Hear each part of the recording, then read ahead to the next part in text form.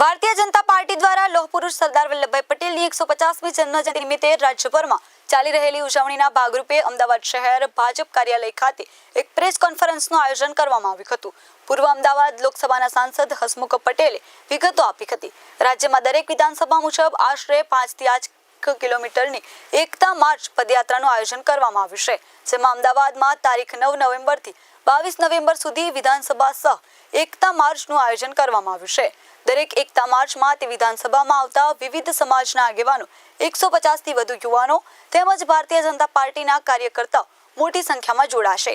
પદયાત્રા દરમિયાન જે તે વિધાનસભામાં રહેતા સમાજના શ્રેષ્ઠીઓ, કલાકારો અને શ્રેષ્ઠ શિક્ષકોને સન્માનિત કરવામાં આવશે।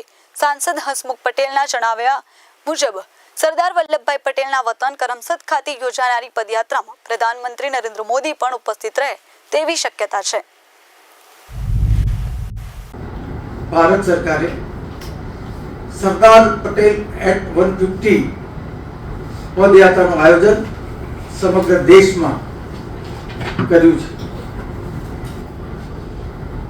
સરદાર વલ્લભભાઈ પટેલની 150મી જન્મજયંતિ સંદર્ભે સમગ્ર દેશમાં 31 ઓક્ટોબરથી 6 ડિસેમ્બર સુધીમાં યુનિટી માર્ચ એટલે કે પદયાત્રાનું આયોજન ભારત સરકાર દ્વારા ગોઠવવામાં આવ્યું છે અને ગુજરાત સરકારે પણ સમગ્ર રાજ્યમાં દરેક વિધાનસભા ક્ષેત્રમાં આવી પદયાત્રા યોજાય એનું આયોજન કર્યું છે।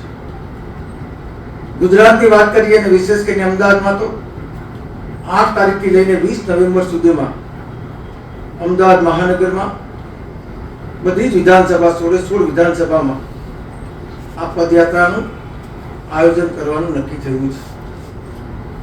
આ યુનિટી પદયાત્રાનો રૂટ દરેક વિધાનસભામાં સરેરાશ 8 કિલોમીટર જેવો રહે એવું આયોજન સરકારશ્રી દ્વારા અને સમાજના આગેવાનો અને પાર્ટીના આગેવાનો દ્વારા નક્કી કરવામાં આવ્યું છે।